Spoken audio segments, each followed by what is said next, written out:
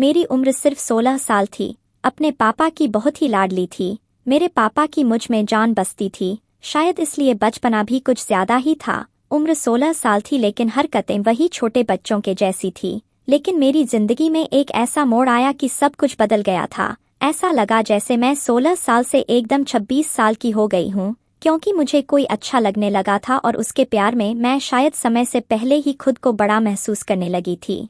मैं अपने पापा के दोस्त से प्यार करने लगी थी, जिनकी उम्र 38 साल थी। शायद यह कच्ची उम्र की भावनाएं थी कि मैं खुद को रोक नहीं पाई थी, या फिर ये कहे कि वह मेरा पहला प्यार था।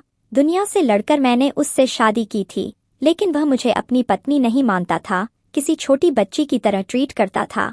लेकिन मेरा प्यार सच्चा था और उसे मेरे प्यार के आगे झुकना ही पड़ा। प्यार जहां भी हो, वह दीवाना होता है। मेरी जिंदगी की कहानी सुनकर आपको भी अंदाजा हो जाएगा कि प्यार कहाँ उम्र, रूप और जात को देखता है।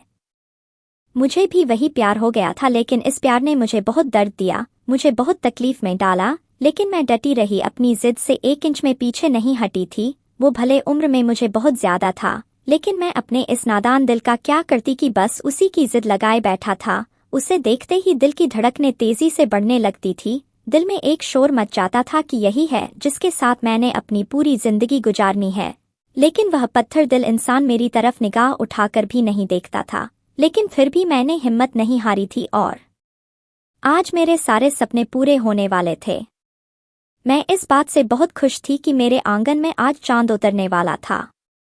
आज मुझे वह सब कुछ मिलने वाला था जिसकी मैंने कभी तमन्ना की थी। आज का दिन मेरे जीवन में बड़ी ही मेहनत के बाद आया था, वरना शादी होने के बाद भी मैं रवि के प्यार के लिए तरसती रहती थी। उसकी वह जादुई पर्सनालिटी जिस पर मैं कभी दीवानी हो गई थी, अब भी बस उसे देखकर ठंडी आहें भरती थी। मेरा जी चाहता है रवि की मजबूत बाहों में समाकर खुद को भी भूल जाऊं, लेकिन वह मुझे अपने करीब नहीं आने देता था।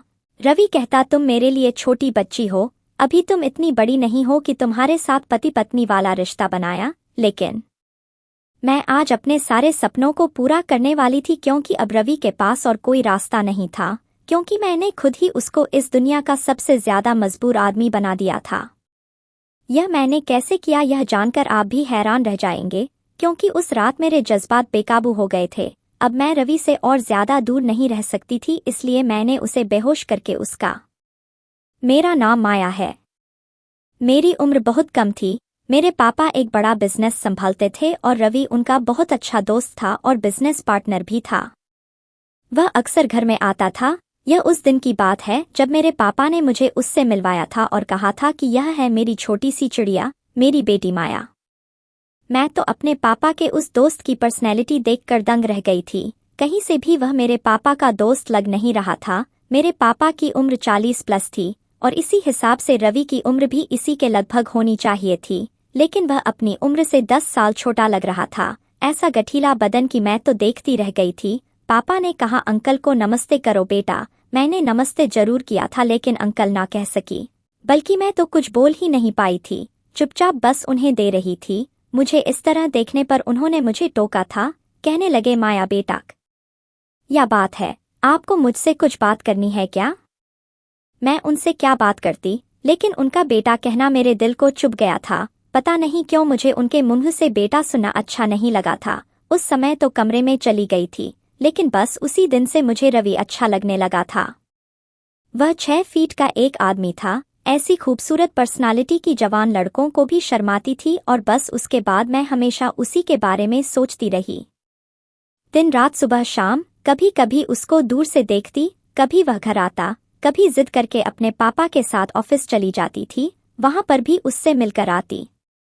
अपनी इस हालत पर मुझे खुद भी हैरानी होती थी। अब खुद पर भी कुछ ज्यादा ही ध्यान देने लगी थी। लेकिन वह जब भी हमारे घर आता, लापरवाह सा बना बैठा पापा से बातों में बिजी रहता था। मेरी तरफ तो आंख उठाकर भी नहीं देखता था। हालांकि मैं बहाने बहाने से उसके पास जाने की कोशिश करती, लेकिन वह मुझे पुचकारते हुए मेरी पढ़ाई के बारे में पूछने लगता। मुझसे बात करने का उसका जो अंदाज होता था, मुझे बिल्कुल भी पसंद नहीं आता था।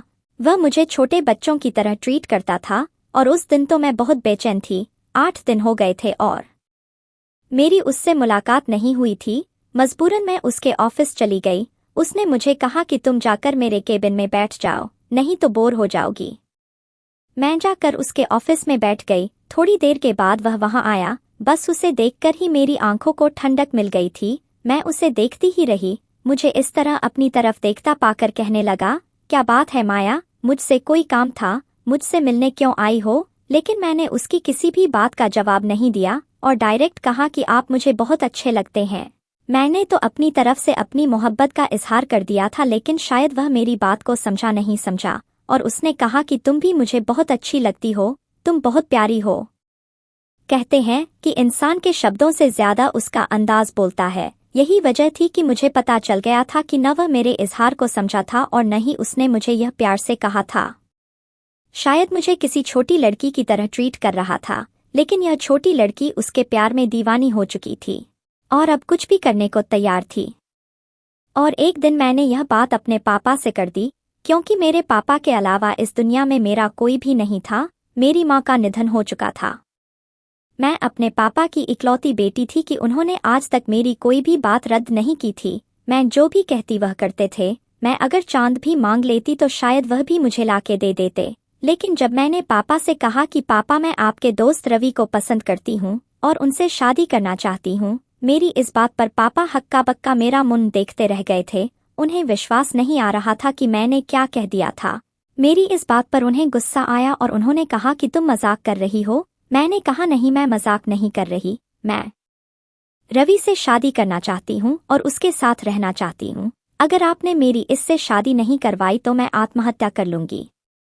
यह बात सुनकर वह चौंक गए, क्योंकि उनकी जिंदगी में भी मेरे अलावा कोई नहीं था। वह यह सब कुछ मेरे लिए कर रहे थे और जब आपकी अपनी ही संतान आपके सामने यह बात करे कि वह अपनी जान लेना चाहती है तो फिर आपके दिल पर क्या गुजरेगा। फिर भी पापा ने मुझे समझाया और उनको लगा कि ऐसे ही बस मेरे दिमाग पर यह बात सवार हो गई है, मैं ऐसा कुछ नहीं करूंगी। पर जब मैंने 2 दिन खाना नहीं खाया मैं बेहोश हो गई। पापा मुझे डॉक्टर के पास ले गए और डॉक्टर ने कहा कि यह मर भी सकती है, आपने इसका खाना पीना क्यों बंद कर रखा है। तो मेरे पापा बहुत ज्यादा परेशान हो गए और समझ गए कि मामला सीधा नहीं है। उन्होंने मुझे प्यार से भी समझाया और गुस्से से भी कि तुम्हारा यह फैसला बिल्कुल भी ठीक नहीं है। तुम्हें क्या हो गया है, तुम क्यों इस हद तक पागल हो गई हो? अभी तुम्हारी उम्र इन सब बातों की नहीं है। अपनी उम्र देखो, 16 साल की हो पाई हो और अभी से तुम इश्क के चक्कर में पड़ गई हो। और चलो मैं मान भी लेता अगर तुम अपनी उम्र के लड़के की बात करती, लेकिन तुम रवि के लिए कह रही हो, जिसकी उम्र 38 साल है। तुमसे दुगनी उम्र से भी ज्यादा उम्र है उसकी। तुम उसके साथ कभी भी खुश नहीं रह पाओगी। मुझे तो लगता है तुम पागल हो गई हो। मेरी आंखों में आंसू भर आए थे। मैंने कहा पापा मैं रवि के बिना जिंदा नहीं रह सकती और अगर मेरी शादी रवि से नहीं करवाई तो मैं बता दूंगी कि मैं कितनी पागल हूँ। मेरे पापा ने दुनिया देखी थी, वो समझ गए थे कि पानी सर से ऊपर गुजर चुका था। उन्होंने रवि से बात की, वह भी हैरान था और उसने भी इनकार किया और फिर मेरे पापा ने उसे कहा कि वह तुम्हारे बिना नहीं रह सकती है। रवि ने कहा विशाल तुम कैसी बातें कर रहे हो, छोटी बच्ची है वह। अगर मेरी बेटी होती तो उसकी ही उम्र की होती। मैं कैसे उसे अपनी पत्नी का स्थान दे सकता हूँ। मुझे तो लगता है अपनी बेटी के साथ साथ तुम भी पागल हो गए हो। क्यों अपनी बेटी के आगे इतने बेबस हो गए हो?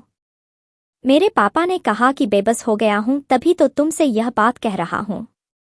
मदद करो मेरी, अभी उससे शादी कर लो। तुम समझदार हो, मैच्योर हो, लेकिन उसके अंदर बचपना है। अभी उसकी जान बचाने के लिए उससे शादी कर लो। हो सकता है कि कुछ वक्त के बाद उसके दिमाग से यह बात निकल जाए तो फिर सब कुछ ठीक हो जाएगा। तुम उसे छोड़ देना और फिर मैं उसकी शादी किसी अच्छे से लड़के से देख कर दूंगा। लेकिन अगर उससे पहले उसने कुछ कर डाला तो फिर मैं क्या करूंगा? फिर इंसान हाथ मलता ही रह जाता है। ये सब कुछ किसका है, किसके लिए कमा रहा हो? अगर वही उस दुनिया से चली गई तो मैं तो कहीं का नहीं रहूंगा। मेरे पापा के लिए रवि को मनाना आसान नहीं था, लेकिन अब बात मेरे पापा तक पहुंच गई थी, इसीलिए वह यह काम कर सकते थे और सिर्फ वही कर सकते थे। खैर मेरे पापा ने किसी न किसी तरह रवि को मना लिया था। शायद रवि ने भी सोचा होगा कि अगर उसके इनकार से मैंने अपनी जान ले ली तो शायद जिंदगी भर वह अपनी गलती के लिए पछताता रहेगा कि उसकी वजह से किसी की जान गई थी। उसने यह बात मान ली और मेरी रवि से शादी हो गई। और आज हमारी शादी की पहली रात थी। मैं दुल्हन बनी अपने कमरे में बैठी थी। रवि भी मेरे पापा जितना ही अमीर था, क्योंकि वह मेरे पापा का बिजनेस पार्टनर था और उसके घर में कोई भी नहीं था। उसने पहले शादी की थी, पर उस लड़की उसके साथ 1 साल ही गुजारा था, उसकी कोई संतान भी नहीं थी। जब मेरे पापा मुझे बता कर रहे थे तो वह यही कह रहे थे कि तुमने अच्छा फैसला नहीं किया, लेकिन याद रखना कि तुम्हारे लिए मैं हमेशा तुम्हारे साथ हूँ। जब भी तुम्हारा फैसला बदले और तुम्हें ऐसा लगे कि तुम इस रिश्ते से निकलना चाहती हो, तो तुम वापस आ जाना, अपने पापा के पास आ जाना। मुझे पता था वह मेरे पापा थे, उनके दिमाग में ऐसी बातें थीं, पर मैं उन्हें क्या बताती कि अब तो मैंने रवि के साथ ही अपने 7 जन्म गुजारने थे। वह मेरे लिए सिर्फ मेरा पति ही नहीं, बल्कि पति परमेश्वर बन चुका था, मेरी जान बन गया था। मैं भी तो एक भारतीय नारी थी और हम भारतीय नारियां अपने पतियों के घर से 4 कंधों पर ही निकलती हैं। मैं बहुत खुश थी। मेरी उम्र इतनी ज्यादा नहीं थी, पर मैंने सोच लिया था कि मैं रवि को हर तरह से खुश रखने की कोशिश करूंगी, एक बहुत अच्छी पत्नी बनकर दिखाऊंगी, और वह भी बाद में यह बात मान जाएगा कि मुझसे शादी करना उसकी जिंदगी का सबसे अच्छा फैसला था। अब भी दिल में हजारों सपने सजाए रवि का इंतजार कर रही थी। रवि के बारे में सोचकर ही दिल में गुदगुदी हो रही थी। दिल की धड़कनें मेरे कंट्रोल से बाहर थी। लेकिन शादी की पहली ही रात कुछ ऐसा हुआ कि मैं बहुत ज्यादा हैरान रह गई। वह जब मेरे कमरे में आया तो मैं जल्दी से सिमट कर बैठ गई थी। उसके कुछ बोलने का इंतजार करने लगी। मुझे इंतजार था कि वह मेरा घूंघट हटाएगा और मेरी खूबसूरती का दीवाना हो जाएगा। मैं कम उम्र थी और हद से ज्यादा खूबसूरत भी थी।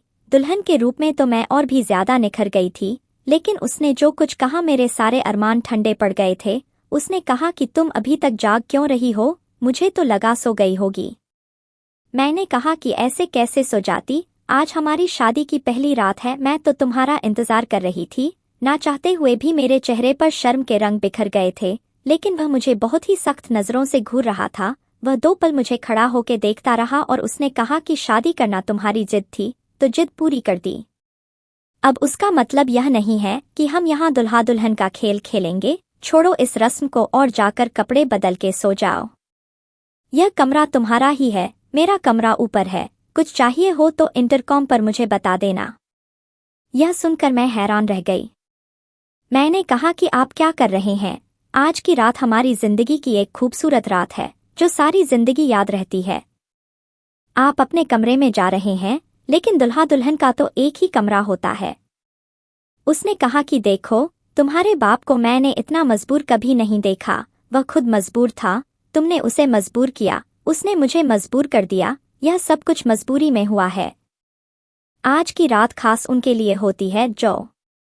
वह कुछ बोलना चाहता था, मुझे कुछ समझाना चाहता था, पर उसने कहा कि अगर तुम इतनी समझदार होती तो तुम यहाँ नहीं बैठी होती, सो जाओ। उसने मेरा जवाब नहीं सुना और वहां से चला गया। उसका कमरा ऊपर था। सुबह मुझे नौकरानी ने बताया कि साहब का कमरा तो ऊपर ही है। उन्होंने हमें कहा था कि आपके लिए नीचे कोई कमरा साफ करवा दें, इसलिए हमने यह कमरा सजा दिया था। वैसे तो हमें अभी तक समझ नहीं आ रहा कि साहब ने किससे शादी की और आपका कमरा नीचे क्यों रखवाया, लेकिन साहब हैं, इसलिए हमने उनकी बात मान ली। वह जो कहते हैं हम वही करते हैं। यह कैसे मेरे ख्वाब पूरे हुए थे कि ऐसा लगता था कि ख्वाब ही मुझसे छीन लिए गए हैं और ताबीर भी मेरी नहीं है। ऐसे में कैसे जिंदगी गुजारती, लेकिन अब हर बात अपने पापा को नहीं बता सकती थी। और फिर कुछ बातें ऐसी भी होती हैं जो पति पत्नी के बीच रहने से ही अच्छा होता है, इसलिए उनको तो मैंने कुछ नहीं बताया और यह जाहिर कर दिया कि मैं बहुत ज्यादा खुश हूँ। वह भी खुश हो गए, पर असल में यह जो सिलसिला हमारे घर में चल रहा था, यह कैसे ठीक होता। मेरी एक दोस्त थी जो पहले से ही शादीशुदा थी। मैंने उसको यह सब कुछ बताया तो उसने कहा कि अरे, अब तुझे सारा कुछ हमें ही समझाना पड़ेगा। तुम एक काम करो, तुम अपनी उम्र से थोड़ी सी बड़ी नजर आओ सूट मत पहन, साड़ी पहन कर अपने पति के सामने जा, तो वह तुम्हें देखकर खुश हो जाएगा। और जरा बात भी तरीके से करना और बालों का जोड़ा बना लेना। वह तुम्हें छोटी लड़की समझ रहा है, इसीलिए उस तरह कर रहा है, लेकिन तुम्हें उसे यह बताना है कि मैं इतनी भी छोटी नहीं हूँ। इसकी बात में दम तो था। वह ठीक कह रही थी। जैसे कभी कभी पत्नी जवान होती है और पति बूढ़ा होता है, तो वह अपनी पत्नी को अच्छा लगने के लिए अपने बालों को कलर करता है। उसी तरह मेरा पति मुझसे बड़ा था और मैं जवान थी, तो मुझे थोड़ा सा बड़ा लगने के लिए अपना रूप बदलने की जरूरत थी। मैंने अपनी सहेली की बात मान ली और शॉपिंग करने चली गई। अच्छी अच्छी साड़ियाँ लेकर आई और शाम को तैयार होकर खाना बनाकर अपने पति का इंतजार करने लगी। उसके घर आते ही मैंने चेहरे पर मुस्कुराहट सजाई थी। मैंने कहा, सुनिए जी, खाना तैयार है, आप हाथ मुंह धोकर आ जाइए। मेरे इस अंदाज पर जब उसने मुझे देखा तो उसके चेहरे पर अजीब सी रंग आ रहे थे और कभी जा रहे थे। उसने अपनी जेब से एक चॉकलेट निकाल के मेरे हाथ पे रख दी। अब वह हंसने भी लगा। उसने कहा कि बड़ी बड़ी बातें कर लेने से कोई बड़ा नहीं हो जाता, तुम बातें तो बहुत बड़ी करती हो। अब हरकतें भी तुमने ऐसी ही शुरू कर दी हैं, लेकिन ये मत भूलो कि तुम मेरे लिए अभी भी एक छोटी बच्ची हो। मैंने उस चॉकलेट को देखा तो मुझे रोना आ गया। मैं फूट फूट के रोने लगी। मैं अपने कमरे में आ रही और मैंने जल्दी जल्दी अपना जूड़ा भी खोल दिया और साड़ी भी बदल ली। मैं अपने आप को आईने में देखने लगी और सोचने लगी कि क्या किसी से प्रेम करना इतना बड़ा पाप है। लोग तो कहते हैं कि प्रेम उम्र नहीं देखता, तो मैंने कौन सा गुनाह कर दिया कि यह आदमी मेरे साथ इस तरह कर रहा है, और अब मैं यह बात किसी को बता भी नहीं सकती थी। मैं तो बहुत बुरी तरह फंस गई थी। कुछ ना कुछ तो करना था मुझे। एक दिन तो हद ही हो गई। वह किसी से फोन पे बात कर रहा था और मेरा ही जिक्र कर रहा था। यह भी कह रहा था कि बिल्कुल छोटी बच्ची है, हरकतें भी ऐसी, अक्ल भी ऐसी, उसको कैसे मैं अपनी पत्नी की जगह दे सकता हूँ। विशाल ने मुझे मजबूर किया है, उसकी बेटी से शादी नहीं करता तो उसके दिल में बात रह जाती और वह मेरे साथ पार्टनरशिप खत्म कर देता। पता तो है हम नई फैक्ट्री लगाना चाहते हैं, अब एक फैक्ट्री को तो लेकर नहीं बैठे रहेंगे, इसलिए मजबूरी में मुझे यह सब करना पड़ा है। वरना खुद सोचो, यह तो कोई मजाक है, ऐसा तो होता ही नहीं है। इसका मतलब कि उसने यह सब कुछ मजबूरी में नहीं बल्कि मतलब में किया था। वह मेरे पापा के साथ नया बिजनेस शुरू करना चाहता था, इसीलिए यह सब कुछ हुआ था और मैं उसके लिए उसकी जिंदगी की एक मजबूरी थी। कहते हैं कि आप जिस आदमी से मोहब्बत करते हैं, अगर उसकी बुराई करते हुए सुने तो आपकी मोहब्बत तब भी खत्म नहीं होती। मोहब्बत तो मेरी भी खत्म नहीं हुई थी, लेकिन मोहब्बत की आंखें जरूर खुल गई थीं। उसका मतलब ये था कि ये आदमी जैसा नजर आता था वैसा नहीं था। उसने मेरे पापा को कहा था कि मैं तुम पे बहुत बड़ा उपकार कर रहा हूँ, तुम्हारी बेटी की जान बचाने के लिए मैं उससे शादी कर रहा हूँ, वरना तुम ही कह रहे हो कि वह अपने साथ कुछ कर लेगी। लेकिन देखो, मेरे लिए यह बहुत मुश्किल है और मेरे पापा ने कहा था कि मैं सारी जिंदगी तुम्हारा एहसान नहीं भूलूंगा। इसका मतलब यही था कि वह मेरे पापा को नीचा साबित करके उनके ऊपर अपने एहसान का वजन रख के अपनी कोई भी बात मनवाना चाहता था। और यह बात मुझे कुछ दिनों में पता चल गई कि इस नए बिजनेस में उसने अपने आप को 70% का हकदार बनाया है और मेरे बाबा को सिर्फ 30% का। यही कहकर कि अब तो मैं तुम्हारा दामाद हूँ, घरवाली बात है। मोहब्बत तो मुझे रवि से अभी भी वैसे ही थी, लेकिन शायद अब मेरी मोहब्बत को कोई फैसला करने की जरूरत थी, और वह फैसला मैंने कर लिया था। वह फैसला ऐसा था कि अगर अभी मैं आप सभी को बता दूं तो आप सभी हैरान रह जाएंगे, लेकिन जो बात मेरे दिल में आई थी वह ऐसी ही थी। मैं एक दिन उसके सामने जाकर बैठी और मैंने कहा कि आप मुझे अपनी पत्नी के रूप में कबूलने को तैयार हैं या नहीं। वह भी बिजनेस करने वाला आदमी था, समझ गया कि मेरा अंदाज भी आज बिजनेस जैसा ही था। उसने कहा कि उसका जवाब क्या है, मैं तुम्हें दीवार पे लिख के बताऊंगा, तुम्हें नहीं पता क्या? जाओ जाकर खेलो और जिस चीज से खेलना चाहती हो वह मेरी जिंदगी नहीं हो सकती। मैंने कहा कि मैं आपको एक मौका देना चाहती हूँ। उसने कहा कि क्या मतलब मौका देना? मजबूरी ज्यादा हम दोनों के बीच कुछ नहीं है, न तो कुछ होगा और न ही कभी कुछ हो सकता है। देखो, तुम बिल्कुल मेरे टाइप की नहीं हो और तुम्हें तो इतनी कम उम्र है। तुम्हें क्या लगता है कि अगर तुम किसी से मोहब्बत करते हो तो इसका मतलब उस पर भी यह बात लागू होती है कि वह भी तुमसे मोहब्बत करे? यह कहाँ लिखा है? ऐसा नहीं होता। तुमने अपने पापा को ब्लैकमेल किया और उसने मुझे, और इस तरह तुम मेरी जिंदगी में तो आ गई, लेकिन तुम मुझे कभी जीत नहीं सकती। मैं कभी तुम्हें अपनी पत्नी के रूप में स्वीकार नहीं करूंगा और तुम्हें यही कहूंगा कि तुम अपने दिल में ऐसी कोई भी बात न लाओ, क्योंकि तुम्हारे जैसों को मैंने बहुत देखा है। मैं जब चाहूं जिसके साथ चाहूं रह सकता हूं, जा सकता हूं। तुम्हें क्या लगता है मुझे लड़कियों की कमी है? उसकी ऐसी सख्त बातें सुनकर मेरा दिल भर आया था, आंखों से आंसू बहने लगे। शायद मेरी मोहब्बत ही कमजोर है, अगर मेरी मोहब्बत में ताकत होती तो आज आप मेरे हो चुके होते। उसने कहा कि तुमने जरूर ये बातें किसी घटिया नॉवेल में पढ़ी हैं जो तुम्हारे सर पर सवार हो गई हैं, लेकिन हकीकत में जिंदगी ऐसी नहीं है। मेरी और अपनी उम्र के अंतर को समझो और अपने पापा के घर जाने की तैयारी करो, वरना सारी जिंदगी तुम्हारी उस घर में ऐसे ही गुजरेगी। अभी जवान हो, अपनी जिंदगी को खराब मत करो। उस रात मैंने बहुत रोई, इतना रोई कि जैसे कोई आखिरी दफा रो रहा हो, और इसके बाद आंखों में एक आंसू का कतरा भी नहीं बचेगा। दिल भी बहुत परेशान था।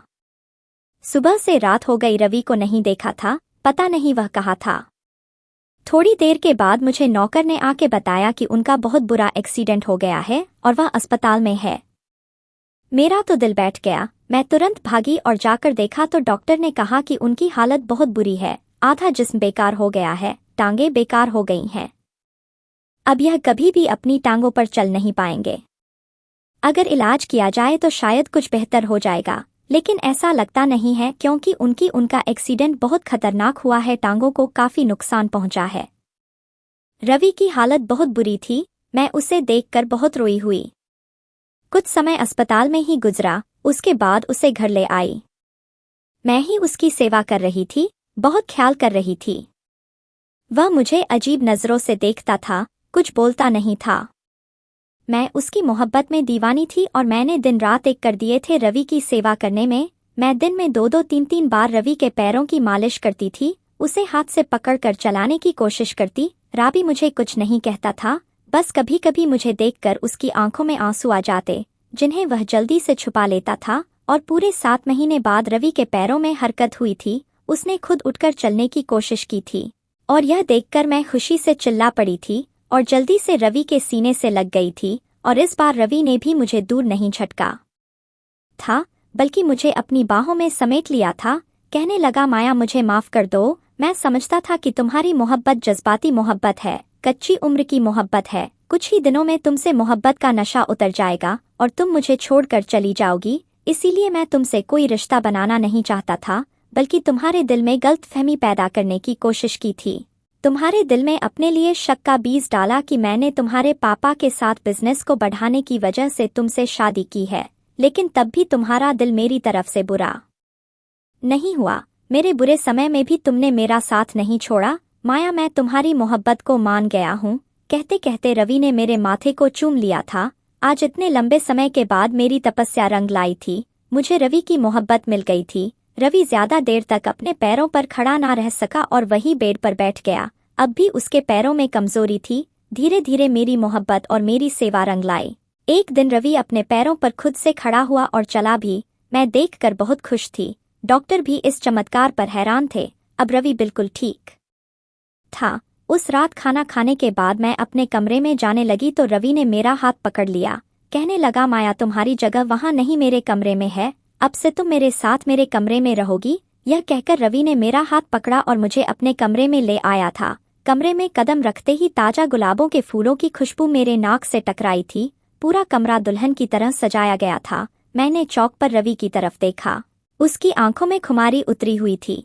उसके इरादे भांपकर मैं शर्मा गई थी और जल्दी से रवि के सीने में मुंह छुपा गई। उसने भी कसकर मुझे अपनी बाहों में भर लिया था। आज हमारी नई जिंदगी की शुरुआत होने जा रही थी। शादी के पूरी 1 साल बाद रवि ने मेरी मोहब्बत को स्वीकार किया था और मुझे पत्नी का दर्जा दिया था। रवि की हमराही में मैं बेड तक आई थी। उस रात रवि ने अपनी चाहते मेरे ऊपर लुटाई थी और उसकी संगत पाकर मैं बहुत खुश थी।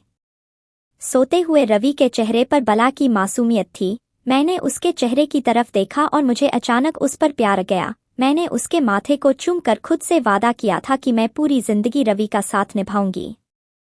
दोस्तों, कहानी कैसी लगी जरूर बताना। पसंद आई हो तो प्लीज लाइक करना। रोज एक नई कहानी सुनने के लिए हमारे चैनल को भी सब्सक्राइब करना।